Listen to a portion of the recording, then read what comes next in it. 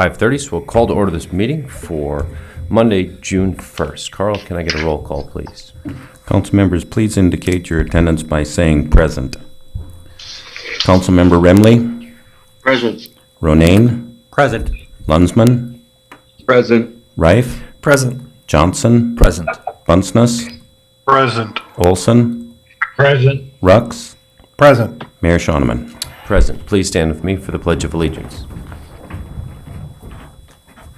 Pledge allegiance to the flag of the United States of America and to the republic for which it stands, one nation, under God, indivisible, with liberty and justice for all.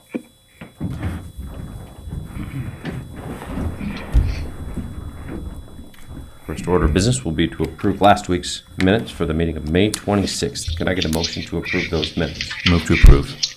Second. A motion from Johnson and a second from Rux. Carl, can I get a roll call vote, please? Councilmember Remley? He's muted. He's on mute. Councilmember Remley? Aye. Ronayne? Aye. Lunsman? Aye. Reif? Aye. Johnson? Aye. Bunceness? Aye. Olson? Aye. Rux? Aye. Mayor Schoeneman? Aye, motion is carried. Next, we've got no one here to speak for open forum, so we'll move along to our consent. Oh, did you sign? I'm sorry about that. Mr. Kessler. Get the sheet in enough time, I guess. Well, Yeah, sorry, I was a little late, probably. make sure that the little green light is on your. Yep, we're good. You've got the floor. You got a couple minutes to let us know anything you want. I'm coming on a couple completely different reasons. First reason is for me personally, residentially, where I live. I live in the Lamont development, Willowwood Edition, which is just off Roosevelt, behind Hobby Lobby. I would say in the last 6 months, and I'm not one to complain at all, but speaking to a lot of my neighbors, the amount of cattle truck semis has extremely increased. It seems like in the last 2 to 3 months especially, but in the last 6 months with the engine braking and just them using Roosevelt a lot more than they have. I think they're supposed to be going around on Melgard maybe. I don't know what their designated tour or what the city or counties told them to go, or what the if there's maybe there's no rules at all and they can go down that street. But being a residential area, it's an awful high amount of it's mainly cattle trucks, empty or full, going down Roosevelt. That is extremely loud in the evening and is waking up children, my children especially. With the braking, especially now it's nicer with windows open and stuff like that. Once again, not one to complain at all, but just wondering what the guidelines are, if there's been any other sort of complaints or anything like that. I guess is point one. Sure. Yeah, I fielded a number of complaints. The increased traffic, people using that roadway as a bypass. It affects you and it affects Melgard Road, obviously. Mr. Bobzien and I have had a couple of discussions about funding to improve that road to make it more of a legitimate throughway, but federal funding for that kind of thing is fewer and further between these days. And in fact, Robin, why don't you would you mind speaking on that point for a moment? Yeah, we can talk. Bottom line is the fact of the matter is that it is allowed to travel on it at this point. We did make an attempt to cut some of the truck traffic by disallowing double trailers. We were seeing a high amount of grain trucks and stuff using Melgard and coming around past Walmart. We did put up no doubles. We are looking at some other things right now that may prevent the through truck movement. That's the difficulty is we still want to be able to allow the local deliveries. Let's say a trucker may need to get food down to the high school. And so by putting up no trucks in all these locations won't serve the purpose. We still have to allow the deliveries, the concrete trucks to pour a garage slab or things like that. But we have to come up with a methodology to stop the through trucks. Those through trucks belong on Highway 12, and a lot of the truckers don't like using Highway 12 just because of the fact it's a little slower and a lot of braking. But it's a bad mix when we're running a lot of these trucks past our schools, churches, and through residential areas. So we are trying to come up with something. Is it, Robin, Yes. why do you think there's an increase in cattle trucks on Roosevelt? Are they coming from the north, or are they coming from the intersection of 6th Avenue and turning? I'm assuming they're coming from 6th Avenue and trying to avoid going through town to make, to go through to the beef plant. I think that's their attempt. Do we have signs posted on Roosevelt for jake braking? I know we do on Melgard. We have signs on a lot of the entrances to town. We probably don't on Roosevelt, but there is a sign as you enter town on 6th Avenue that says no engine braking allowed. and I have a question for Chief McNeil. The engine braking is a city ordinance that's not allowed, correct? That's correct. As someone, I rode my bike down the bike path over where Mr. Kessler lives, and I think I saw 3 cattle trucks in that short span of 20 minutes, and it was on the morning last week. But I live a block off of 6th Avenue, and I hear engine braking all the time of vehicles coming through. Is it something that is, I know cops aren't everywhere at all the time, but is it something that police officers do enforce, or is it have to be enforced by some other manner? I think traditionally when we have an area of concern, then we focus our effort on that area. So I appreciate the individual that's come in tonight and made us aware of this, and I can refocus some of our patrol effort on trying to make a difference in this particular area and being more cognizant of this in general as well. Thank you, Chief. I think that sounds like it's going to hopefully make a positive impact for Mr. Kessler. You had second issue. Yeah, and just to follow up, they are coming from 6th Avenue. And once again, nobody cares about cattle trucks at 3 p.m. I mean, my concern isn't because I'm at work, right? It's the 8 p.m. to midnight, which I don't understand. And as far as food trucks going to Central, nobody's delivering food at midnight. And that's, for me, that's the issue. But appreciate any efforts or signs or assistance that can be had there. Second is, like I said, professionally, Lamont Company's having a lot of businesses in town, just trying to figure out what our plan is moving forward, getting back to the new normal. Just want to know what the city council, what the numbers are as far as whether it's, our restaurants or convention centers or what it is. We are bleeding dry and essentially need some sort of path to be able to tell whether it's a meeting with financial institutions tomorrow, cash projecting. It's like, well, we have no idea when we're going to get back to some sort of occupancy operating that we're used to. Obviously, social distancing and CDC guidelines are always going to take place, but with what the city's put in place, is there a plan that you guys have internally that you're not talking about that says, okay, if there's so many hospitalizations, then we can look at it. The numbers are obviously always going to increase, so that is what it is. But what are you guys, for us business owners that we can forecast and, be able to tell the people that we have to tell to what we have to project for the next 8 months or 10 months or a year?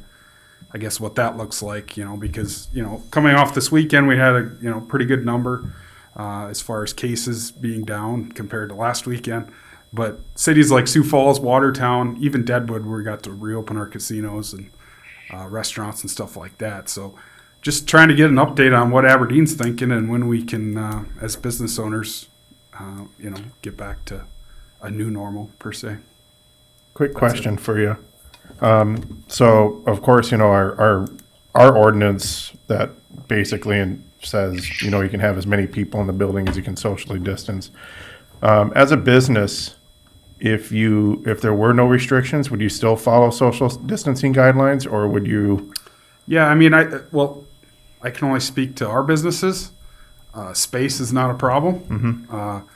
Obviously, Maverick's location is one of the largest restaurants in town. So, with the multiple rooms and the setup we have, we feel like we could still practice social distancing as best you can in a restaurant setting. I think our staff's done an amazing job. Our cleanliness has always been great, but if it's top of mind more than it was previously. So to answer your question, yeah, especially at convention center, we're trying to hold, not trying, but talking to people in the months of July to say, hey, we feel by offering the entire convention center to you as opposed to just a room, that you should be able to facilitate a business meeting or wedding or whatever it is, no dance, but and instead of having a buffet, we serve it on plates, type situations that, as a business, we have to figure it out. We have to create revenue somehow. We can't have these large $1 million facilities sitting there collecting dust for this long. So that's essentially for us. I can only speak to our facilities, but yeah, absolutely. I feel like we can do that. Nate, is there something in place right now that's hindering you? Yeah. I mean, from the 10 feet apart? I think 6 I had our between staff seating. reach out to city attorney, and I think they reached out to you, Clint, on what from a facility standpoint they would have to do to hold a wedding or whatever it might be. And everything comes back to personal responsibility. Do I have to hire additional staff to police who sits at whose table because you're not in a household, or as a business owner you can't get into that, right? So responsibly, it's the guidelines of the capacity, along with the distancing of the tables and stuff like that. But like I said, space is not our problem. So we're probably a minority in that conversation. With a lot of operating establishments, maybe don't have the space.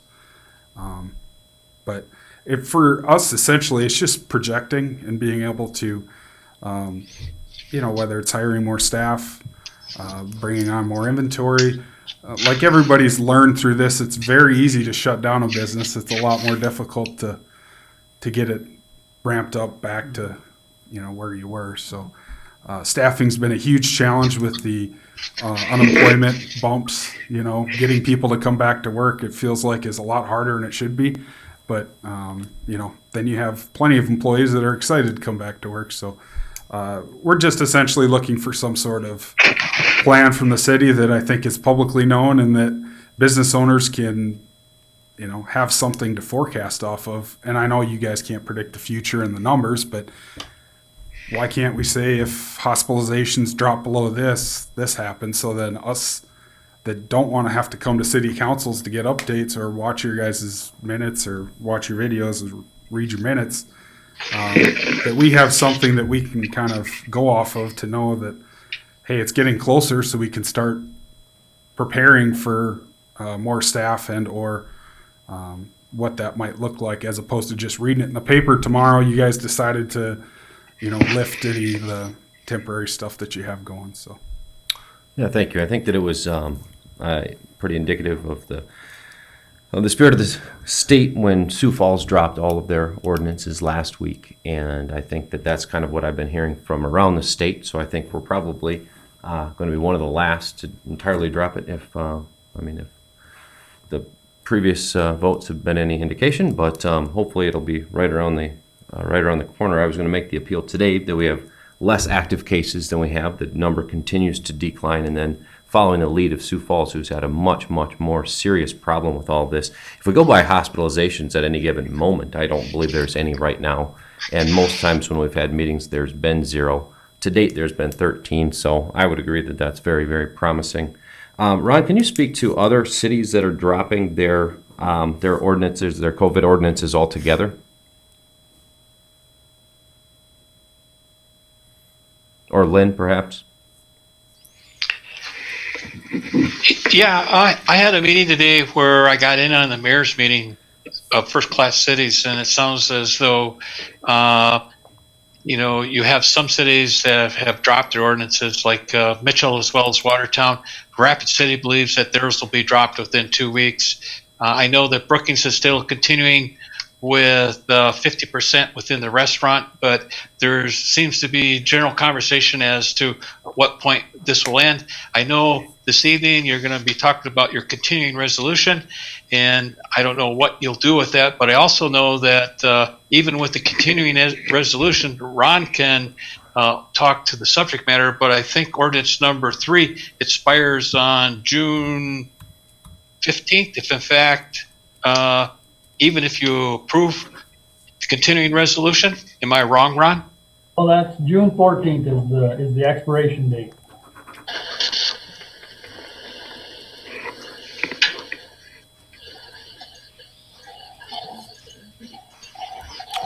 So Nate, I guess unless something new transpires and a new ordinance were to come to be, June 14th, this thing will just go away. I'm going to vote no, not to continue it on in light of Sioux Falls and Mitchell and Watertown and the other communities throughout the state that have taken that proactive measure. I think that we've got the problem under control in this community. I think that our business community has done the responsible thing, and I certainly hope that the other council members agree with that sentiment and that the people of this community can be trusted to go to restaurants without masks and so forth. So, anything else from you? Don't thank you for you guys' time. Appreciate all the decisions, hard decisions you've had to make. I think it's a tough spot that the governor's obviously put you guys in, but on the same hand, it's pro-business or allowing us all to kind of make some of our own decisions. So thank you for all you do and look forward to those decisions. Thanks. Thank you very much. We'll move along to the consent calendar. We've got possible approval of items A through C, a license, a hearing, and a... Can I make a comment, please? We need Bunsen. to have Lynn Lander go on mute because we're getting feedback. Oh, Lot of interference. It was Lynn, is that hard, yours? Very hard to hear the last comments. Thank you. We'll move along to the consent calendar. We've got a license, a hearing date, and a bid date to be approved of this routine city business. Can I get a motion to approve these 3 items? So moved. Second. Got a motion from Rux and a second from Rife to approve the consent calendar. Carl, can I get a roll call vote, please? Councilmember Rux, Aye. Olson, Aye. Bunceness, Aye. Johnson, Aye. Rife, Aye. Lunsman, Aye. Ronayne, Aye. Remley, Aye. Mayor Schoeneman. Aye, motion does carry. Next, we've got new business. First, discussion and possible first reading and passage of Resolution 2006-01R, extending ordinance number 200405, also known as COVID-19 Emergency Ordinance number 3. Possible approval of resolution here tonight. Move approval. Second. Got a motion from Bunceness and a second from Ronayne. As our guest had indicated, and as I spoke a little bit, I think that we've seen continued positive improvement on this front. It's just 61 active cases, which is a decrease, and it continues to go down even as our numbers slowly climb. So I think that that's the positive in all of this. Our hospitalizations remain at 0. We've had 1 tick up in the last 2 weeks, but I don't believe that that's anything reason to be alarmed. And other cities in the state have continued to begin to open. Excuse I me. think it's time. Can Lynn go on? Lynn, you got to go on mute. Lynn's got to go on mute.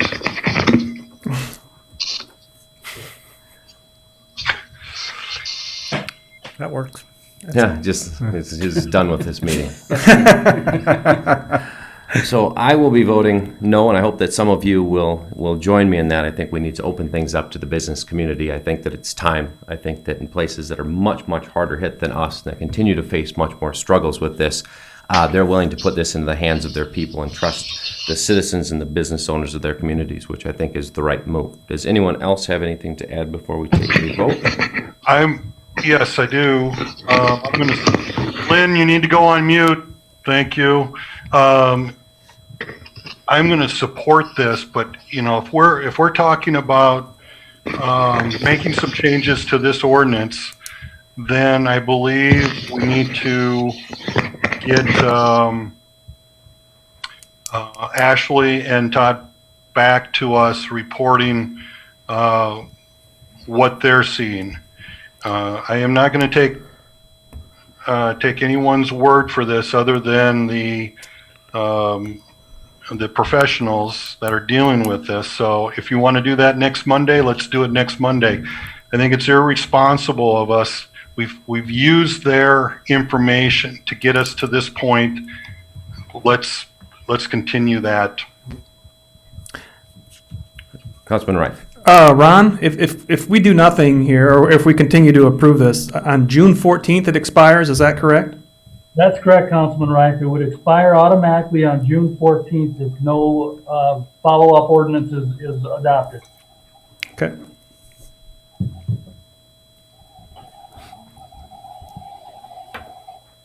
Dave, all the information that I presented was directly from the South Dakota State's Department of Health, so you're more than welcome to pull up that website and have a look.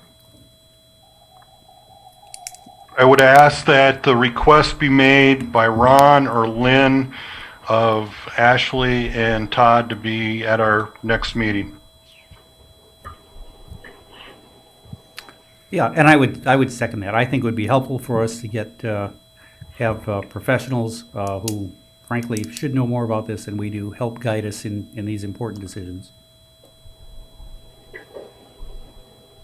Okay. We've got a motion from Bunsen and a second from Ronayne. Carl, why don't you give us a roll call vote for the approval of the resolution? Councilmember Remley, Aye. Ronayne, Aye. Lunsman, Aye. Reif, No. Johnson, No. Bunceness, Aye. Olson, Aye. Rux, Aye. Mayor Schoeneman. No. Motion does carry, however, and we've got a resolution accepting quitclaim deeds, transferring the ownership of... Mr. Mayor, I'm sorry, may I interrupt? This is Ron. I think I need to address the council following the passage of the resolution on the COVID ordinance. I had provided the council with a timeline for passage of an emergency ordinance, number 4. I just need the council to understand I was kind of in a holding pattern because we were waiting to see whether the governor was going to extend the health emergency declaration. And we did learn last week that she did extend it from June 1st to the end of this year. And what that means is that if the council is going to look at passage of well, number one, we would have to take up this resolution at the special meeting that's scheduled right now with the council for June 5th, which would be the special meeting to canvass election results. So I will have to do an amended meeting notice for that to include a resolution for possible extension of the emergency ordinance number 3. But the reason I'm interrupting is because I want the council to be aware that the timeline that I had provided you for regular meetings would have had a regular meeting for COVID emergency ordinance number 4 first reading tonight. And so we're already off by some period of time because we're not having a first reading of an emergency ordinance number 4 tonight. The goal was if the council is going to be adopting something without letting the old one lapse and without having a gap in between, would be to have a possible first reading tonight and a possible second reading next Monday. So we're already off by that. So I guess I want to inform the council that I will have a resolution for you to consider to extend number 3 at the special meeting this Friday, but also I would need some direction from the council as far as a possible emergency ordinance number 4 for first reading. If you push first reading to June 8th, that's perfectly fine. You have to have a 5-day in between.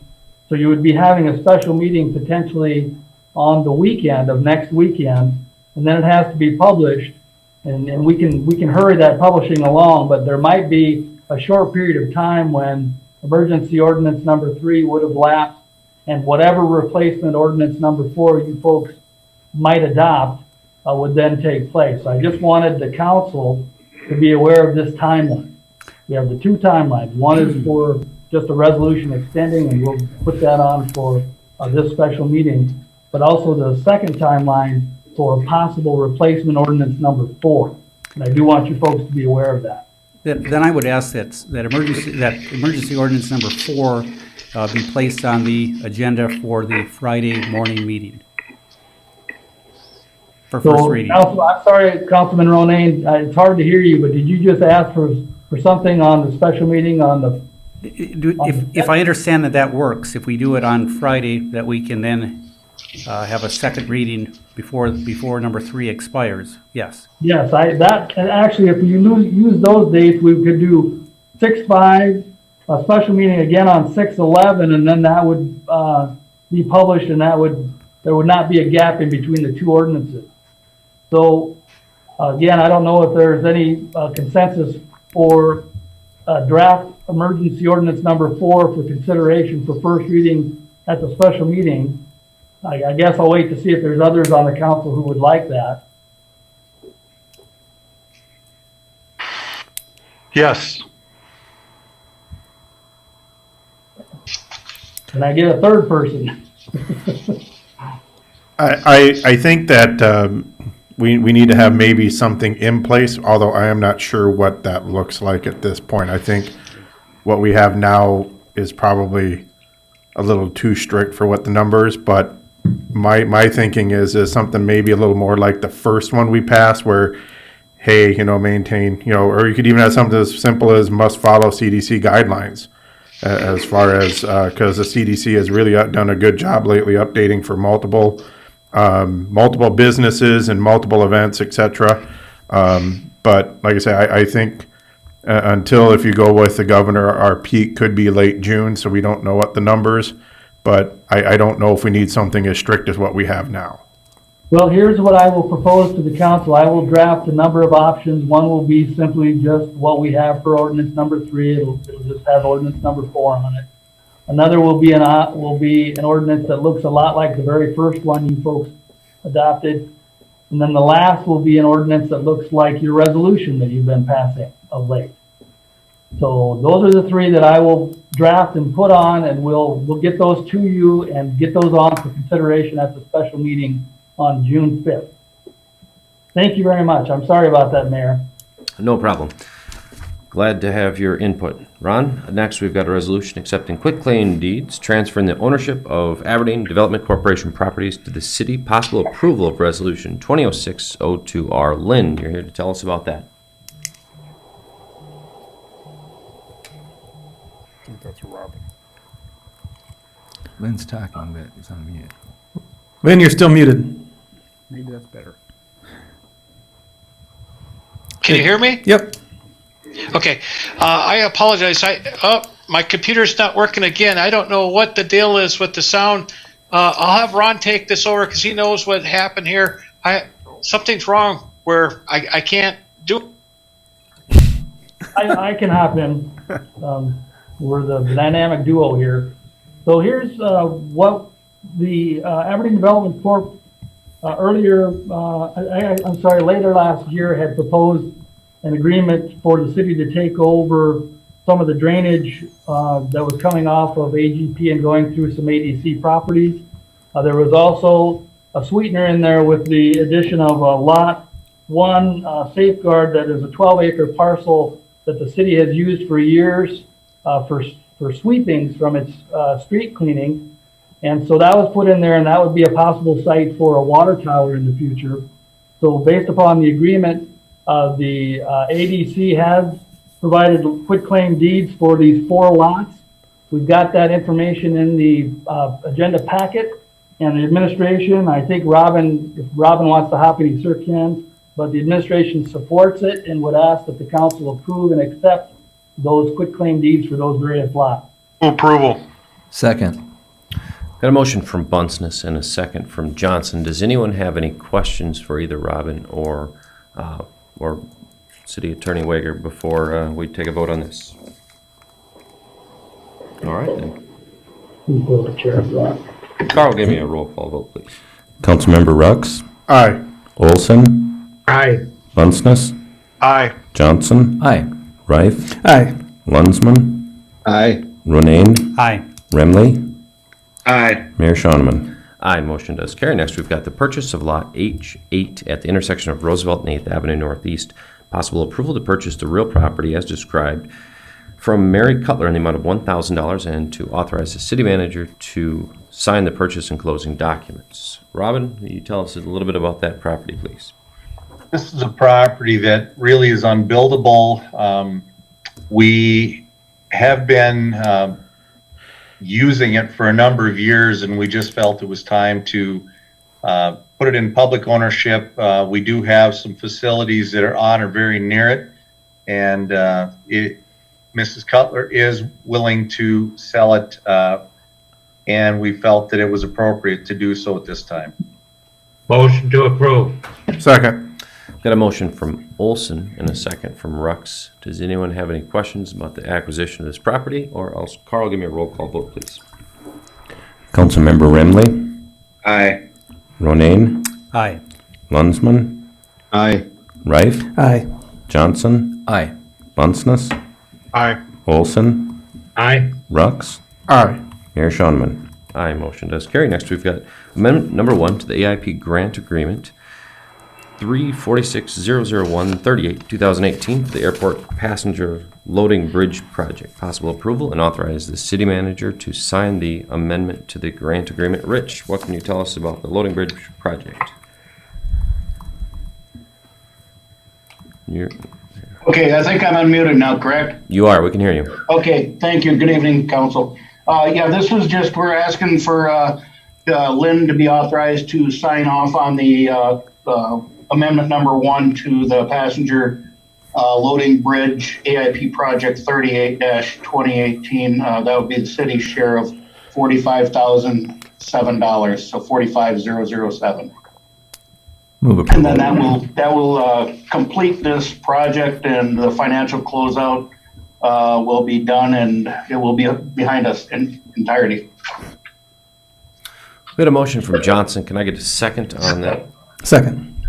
And a second from Rife. Does anyone have any questions for Mr. Krokel while he's here? Otherwise, Carl, give me a roll call vote on that amendment, please. Councilmember Rux, Aye. Olson, Aye. Bunceness, Aye. Johnson, Aye. Rife, Aye. Lunsman, Aye. Ronayne, Aye. Remley, Aye. Mayor Shonneman. Aye, motion does carry. Next, we've got a change order and payment for the street maintenance concrete repair project. Possible approval for the change order number 1 in the amount of $73,337.70 and payment number 2 in the amount of $213,818.76 to Wright and Sudlow for work on the street maintenance concrete project. Robin, are you still here? I am. So it's a sizable change order, but it's really not a change order as such. It's just a change in the amount of the types of quantities that we're using on this particular project. We will end up being fairly near the actual contract amount when it's all said and done. So we will have decreased amounts when we close this project out. We will have decreased amounts in a lot of the other line items. So we do need to show the increase in those particular line items, but it's actually, we'll have corresponding decreases later on. We recommend approval of both the change order and the payment amount to Wright and Sudlow. And I would move that. Second. Got a motion from Ronayne and a second from Rux. Carl, give me a roll call vote, please. Councilmember Remley, Aye. Ronayne, Aye. Lunsman, Aye. Rife, Aye. Johnson, Aye. Bunceness, Aye. Olson, Aye. Rux, Aye. Mayor Shonneman. Aye, motion does carry. Next, we've got the bills. Approval of the bill list for June 1st with the addition, what's in your packet, with the addition of a U.S. bank payment for the Series 2010 interest of $5,581.25, late arrival to our packet. Can I get a motion to pay those bills with that addition, please? So moved. Second. Got a motion from Rife and a second from, was that you, Mike? Yes. Mr. Olson? Carl, give me a roll call vote, please. Councilmember Rux, Aye. Olson, Aye. Bunceness, Abstain. Johnson, Aye. Rife, Aye. Lunsman, Aye. Ronayne, Aye. Remley,